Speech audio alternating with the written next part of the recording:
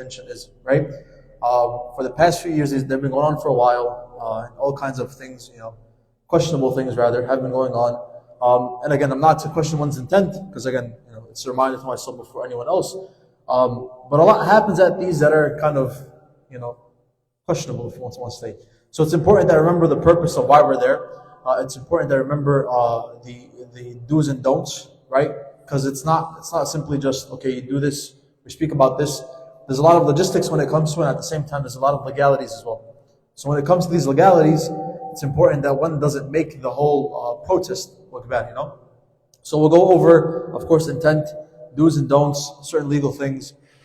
We had a lawyer not too long ago that came, Sister Lemis, if I'm not mistaken, to speak about what are the actual legalities and what happens if you end up on Canary, or if you end up on this, or if the police says this, a million different things, right? I by no means am a lawyer, so don't expect any legal advice from me. I mean, not to that extent. But inshallah, these are certain things that I want everyone to be mindful of. First and foremost, the intent for why one is there, right? Very obvious, very redundant. We're there for the purpose of spreading the truth and for the purpose of bringing attention to that which is going on, right? And at the same time, depending on what kind of protest it is, again, I'm not going to be going personally for personal reasons, but I don't know exactly what they're going. I believe they're going to the White House, right? Is anyone going themselves, or Freedom Plaza?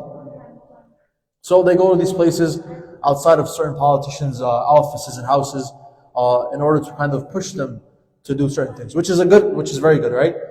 So that's our first and foremost thing, right? One should intend, or one should have the intention of bringing awareness to the truth, and bringing awareness and bringing some sort of action to those that are being oppressed, right? We're not going here to these places so I can post it on my Instagram story with my kafaya wrapped around and looking nice, right? That's not the goal of me going here. The goal is so that way the attention can be brought to these places, right? There's power in numbers. Some sports team, I don't remember, I think it was the Warriors, they used it, right? This power is a number. So that is the idea. So one should not be focused on all these things in social media and looking nice for social media and this and that. And there's no harm in going to these places and having a whole plan, right? I've been places, protests, masajid, whatever it is, and I have a plan with my friends. You know what? Once the protest ends, I'm going to go eat whatever. There's no issue with that. But this is not just something we're doing to hang out. This is not something we're doing to have a road trip. This is not something we're doing to spend time with our friends for leisure, right? We're going, if you want to spend time with your friends, no problem. But we're doing it for a bigger purpose, for a bigger picture. And that should be the front thing, forerunner in our brain, right? Because what happens is you go here, you have fun, you laugh, you crack a joke, and you start getting distracted from what the actual goal itself is, right? And this is very detrimental, because it's not automatically going to start doing things that are not exactly the best to do at these places. It's a step-by-step action, right? So that's first and foremost. Now there's certain things that, alhamdulillah, and I don't know if you guys remember, I spoke about this a while ago. There are certain things that happen at these protests, or rather don't happen, that I personally was not too fond of, right? And I always emphasize your salah. Salah is very important. As of late, a lot of these places have been focusing on salah, right? Doesn't matter if you're in the crowd of 1,000 people. Doesn't matter if you're in a crowd of 2 people. Does not matter if your friends are going. Does not matter if your friends are staying. Your salah is your priority, right? And this is one of the things that has been avoided or ignored the most when it comes to these places, right? Not a knock to anyone, but my point being that it's important that you abide and you pray your salah regardless of what's going on in the protest, right? If they're praying congregation, you join it. If they are not praying congregation, you do your own salah on the side, no problem. Because ultimately, who brings change? Allah, right? Allah is the one that's the best disposer of affairs. Yes or no? Allah is the best disposer of affairs. So therefore, you turn to Allah, you remember Allah, right?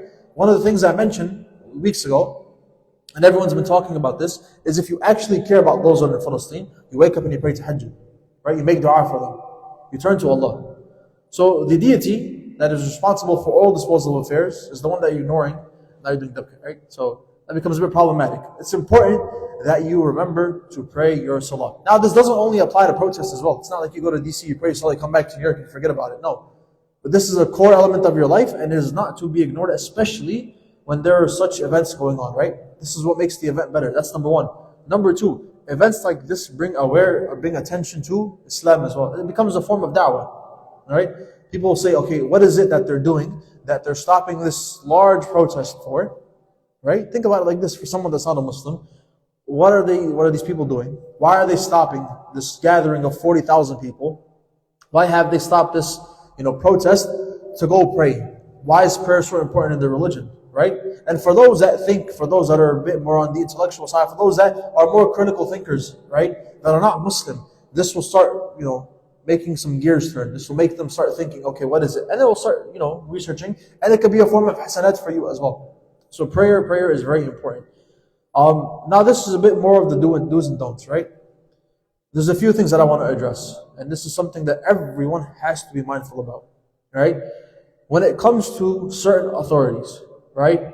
Everyone says this to 12 and that to 12, right? All kinds of things. It's important that we refrain from usage of such language, that we refrain from insulting others, right? Think about it like this. If there's an officer that is trying to block off something, right? Or is an officer trying to make people go this way or that way, I'm not saying they're incorrect or they were correct. I'm not there, I don't know, right? My point being, it's not like they're doing this out of nowhere. And if they are, there's consequences for it legally, right? But at the same time, it becomes an issue when someone starts acting up, and in gatherings like this, right? It's human nature. When one person is doing something, everyone wants to do something, right? It is human nature. When one person is doing something, everyone will start doing the same thing regardless of whether it's right or wrong. Nowadays, and I love using this example, when someone gets into a fight, I don't know about you guys, but World Star, right up, phones out, right? That's what everyone does. This is an issue, right? Stop the problem. Whatever's going on, stop it. But one person whips out the phone, everyone starts doing it as well, right? Same things happen at this protest. When one person starts acting up with an officer, regardless of whether the officer is right or wrong, everyone starts acting up, right? Everyone starts acting up. That officer is now by himself, has to call backup, right? And now that backup is called, right? It's the situation, regardless of whether or not it's intense or not. The situation seems like it's intense because he called backup. Now, why did he call backup, right? The other officers come in, guns blazing, and they're going crazy, right? Now a brawl breaks out. We had this happen in Beirut, right? And it becomes an issue. And then people see this, and then they see that this is associated with the pro-Palestinian movement. And what happens? It becomes almost like our image starts deteriorating. Or this action that's going on, that people are doing in the sense of, all right, you know what, they're fighting, they're brawling, whatever it is. Any credibility that we had, or we may have had, in the eyes of a certain individual will go away. Right? You lose credibility. Now, if someone or a group of people is passing by, right, and these people are calm, these people are peaceful, these people are saying things that are not vulgar, chances are that the people who are watching, if they have an open mind, they'll be more accepting to what is being said, or they'll be more accepting of what is being protested. On the other end of the spectrum, let's say someone passes by in front of us and they're promoting, I don't know, they're against the company or something, and they start breaking everyone's windows. You're going to be like, yo, I have nothing to do with these people. I don't want to listen to these people. They lose credibility, right? And that's very, very important. When we do things like this, right, it is counterintuitive to the goal, and at the same time, it is harmful to those physically and also to the movement in general. So when someone is doing something, right, be very careful. I'll give a personal example. When I was in the Times Square protest, one of the first ones, right, there was an officer. And this is when they went to the Israeli consulate, right?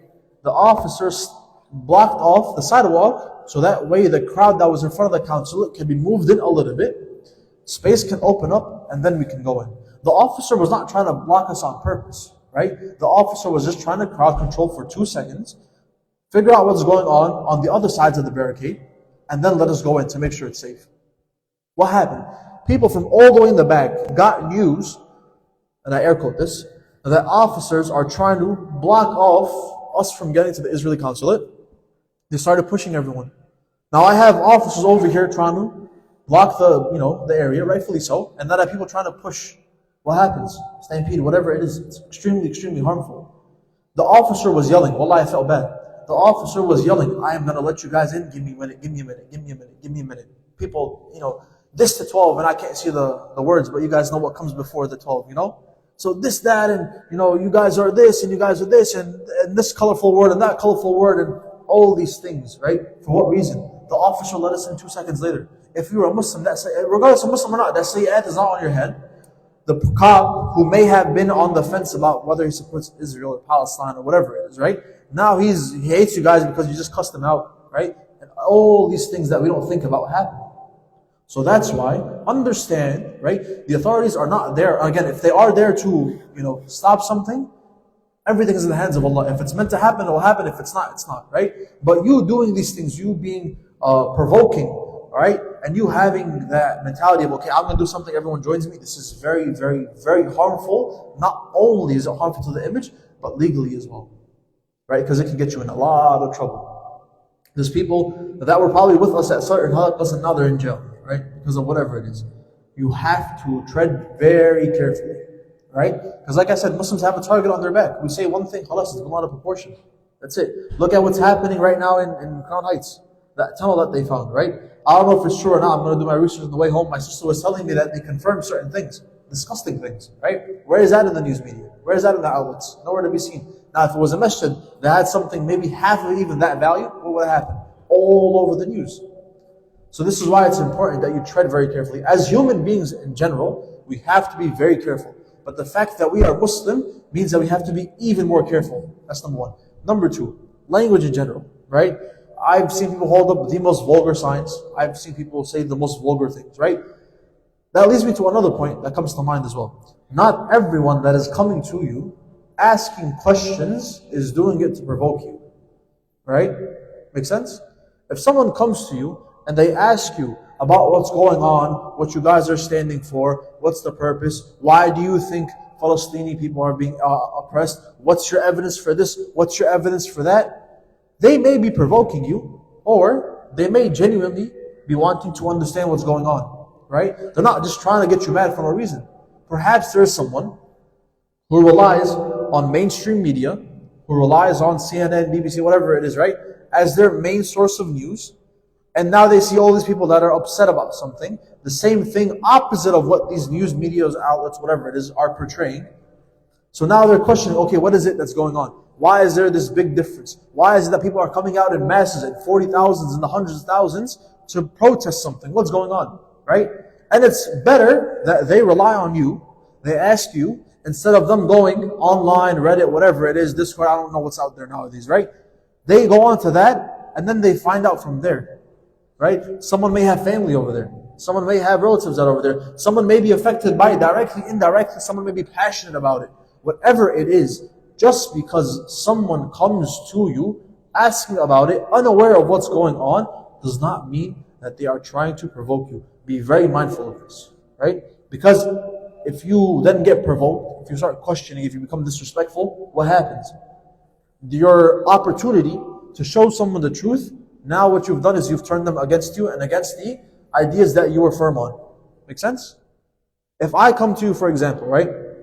Or I've seen this happen a lot of times, where someone is new to Islam, whether it's the fact that they reverted, or whether it's the fact that they just started practicing. What happens? They come to the masjid, they get dirty looks. That uncle over there is going to tell them your pants are too low. The other uncle over there is going to tell them your hair is too long. I had a guy come up to me telling me my hair is too long, or else I would be a good Muslim. Right? Doesn't make any sense. These things have no basis to them. But what happens? That person now, the fact that this disrespect was given to them, they stop coming to the masjid. They may leave Islam. And by the way, it falls on that person's head. The person that, disheartened them, the person that took away their motivation, the person that drove them away from Islam, it falls on their head. Right? And this is no different. So if you want to make someone, and this is the advice of Rasulullah sallallahu alaihi wasallam, if you want to preach, if you want to show someone something, how do you do so? You do so with calm speech, with nice speech, with soft speech, speaking to them, being compassionate. Not tell them, oh, you know what, you support Israel, you're a terrorist. No. Maybe they actually want to learn. Maybe they actually want to know something. And you are counterintuitive to your goal if you do the opposite and you disrespect. Right? So that's something that, it's a topic that all of us are passionate about. It's a topic that all of us, are quite frankly, consumes our lives and consumes our mental, energy. So this topic is revolving around us 24/7, and some people are very, very strong about this, right? I understand, but do not let your emotion get in the way. This is the works of shaitan, right? Do not let your emotions get in the way, and make sure that you, as human beings and as adults, I see a lot of you guys over here are older, right? You have some common sense in your brain, I would hope, right? So allow your IQ or your social skills, if you want to call it, to allow you to differentiate whether someone's trying to provoke you or whether someone's actually trying to learn. Assess the situation, see what happens, and if someone's trying to actually learn, take them to the side, talk to them, have evidence on hand, right? Ask them rhetorical questions, ask them questions that will make them think. That's number one. Number two, if someone does come to you and provoke you, right, and with the intent of getting you mad, with the intent of working you up, whatever it is, what happens now? If you actually get worked up, you're doing their job for them, right? I have seen this all the time. Number one, right, the fact that people will come to try to, again, one person does something, everyone starts doing something. One person is going to come and provoke you with the goal that, okay, you do it, the second person does, the third person does, the whole protest now becomes in shambles, right? Or, on the other end of the spectrum, what happens, or same spectrum, is that people will be placed there by organizations that are anti-Palestine, right? Organizations that want to cause problems, right? Or whoever it is, I don't know. Politics is a mess, right? They'll be planted there to do certain things. They do it, and then other people will join them. And then once everyone has joined them, and I've seen this with my own eyes, right? That person will disappear, right? Example, someone will be placed, and didn't this go viral where they said, okay, we'll pay you this amount of money to go to a protest, right? It happens all the time. So what will happen is one person will be there, right? Like I mentioned the barricades, an officer, or this person will be placed there, will be wearing a sea mask, whatever you want to call it, right? Now he gets the cops mad, and he tells everyone, he gets everyone amped up around him. All right, come with me. I'm going to get you guys mad too. Now it's 10 people, now it's 20 people. Everyone's mad. Everyone against the cop. What happens? The guy disappears. Boom, nowhere to be seen. Right? He got his job done. He got you guys provoked. He got you guys aggravated. He got you guys mad, and he got you to act up. All right? Now when it comes time for arresting, this guy is long gone. Right? He took his money and he dipped. That's it. That's what happens. And these things are, again, an emotional tactic, a tactic that they use against you. And quite honestly and quite sadly, we fall victim to it. Right? It's a very, very common thing. You'll see. And oftentimes we're able to point them out as well. So do not allow emotions to get in the way. Act legally, act logically, act reasonably, do not think emotionally. And at the same time, make sure that you're able to use your social skills, or however many years you've been on earth, use those skills that you learned in those years to be able to differentiate who's trying to get you mad and who's not, right? Now when it comes to legal stuff, right? Again, I by no means am I a lawyer. I'm just taking information that I've taken from lawyers, from people that have spoken about this, and also we had the Palestine Town Hall before we end, inshallah. When it comes to legalities, right, do not say anything that's incriminating, right? I know, again, this is something that you guys are very passionate about, but a news channel will come up to you and they'll say, put a mic in your face, and how do you feel about condemning Hamas or something, right? You say this and that question is kind of, not the best question, because it's something that's used against those that support this. They put the mic in your face, they say you condemn Hamas, and then you say 4 different things that are going to probably put you in jail or something, and then you walk off, right? Not only will you get in legal trouble, but watch what your mouth says, right? You don't want to say something that can get you in trouble, right? Because they're looking for anything and everything. At the same time, you don't want to say something that is actually bad in terms of, okay, you know what? This is not something that this movement promotes, and at the same time, this is not something our deen promotes, and at the same time, this is not something that Rasulullah sallallahu alaihi wasallam promotes, right? So that's something you have to be mindful of. At the same time, do not act up and hurt someone or throw a punch at an officer or something. I've seen this happen. It's funny, but I've seen people rocking officers and them getting rocked back, right?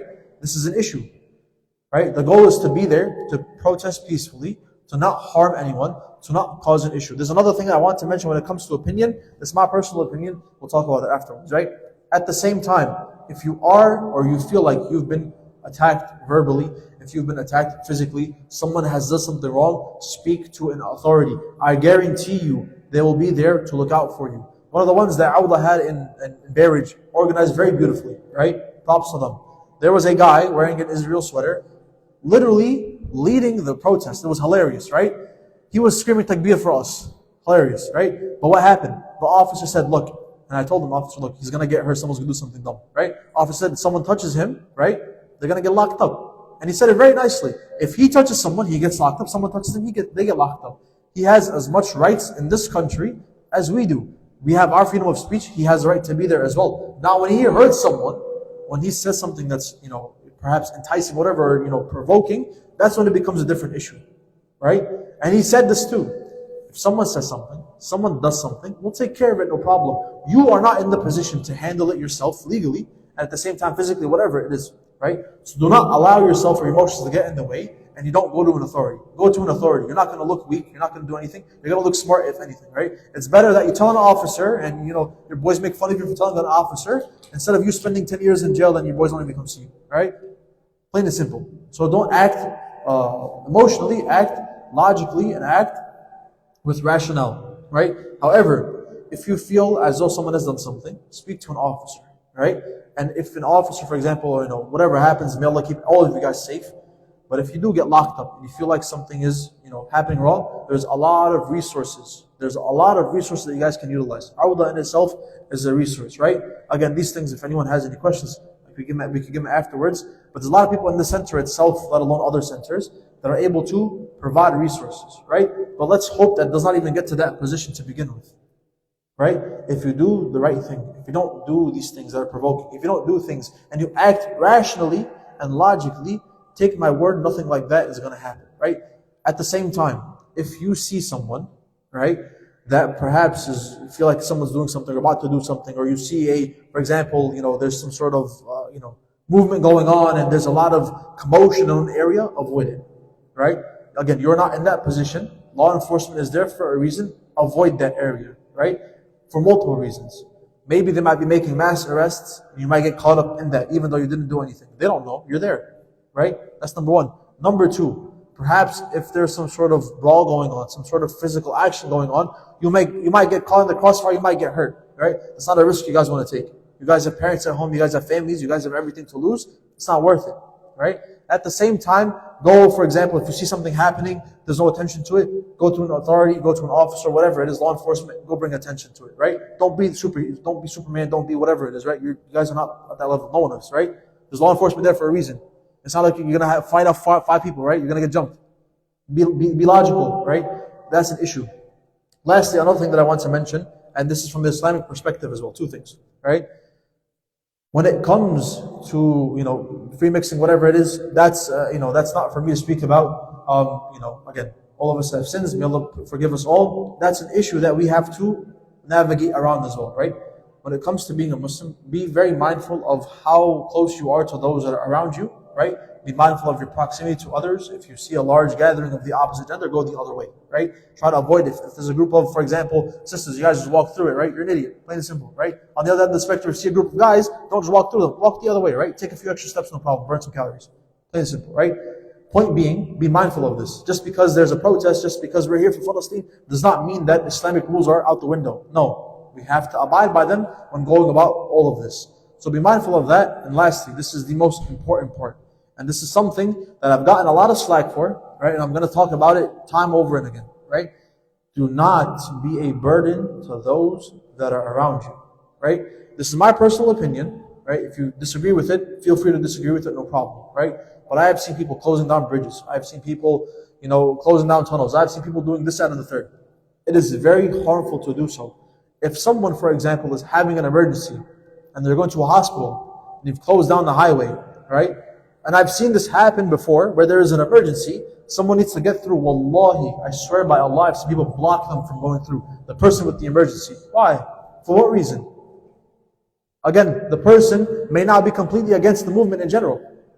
So you have to act logically, right?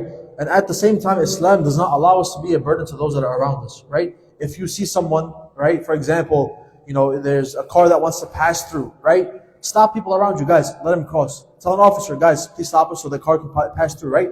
Don't get in front of that car, flip the car over, stick your signs in his face. No, right? You have to make sure that you are not a burden to those that are around you. What if you were, for example, right, stuck in traffic, and your mom needs to go to the hospital, and there's a bunch of people that are climbing on top of your car, closing off the highway, shaking your car while your mother is sick? Would you like that? No. Probably get out and air everyone out, right? That's the kind of anger that happens, right? That's what happens. It's true. That anger gets to you. And it's a very, very logical thing as well. Right?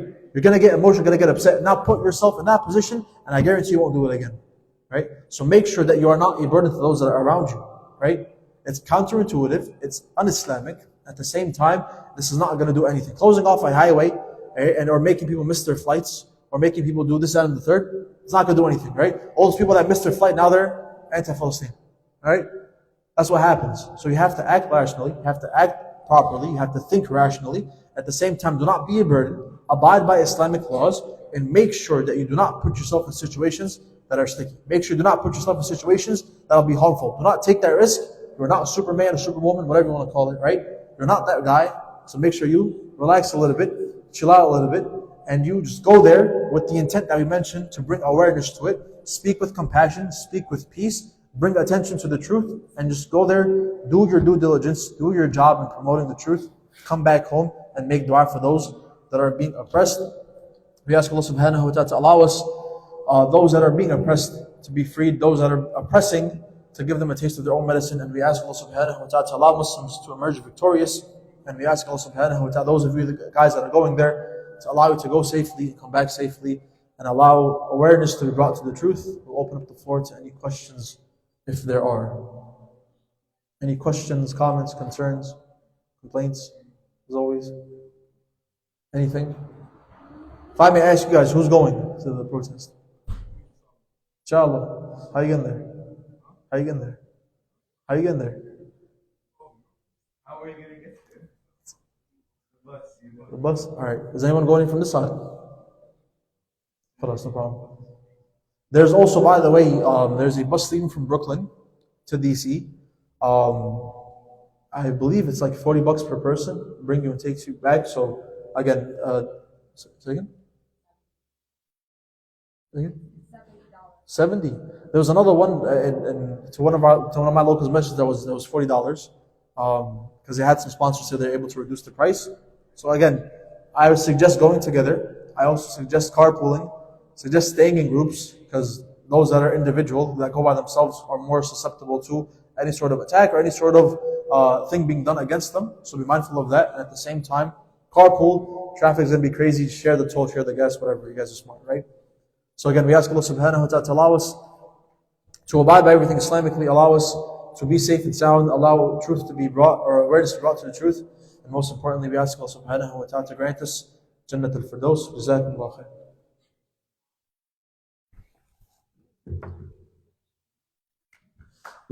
Good.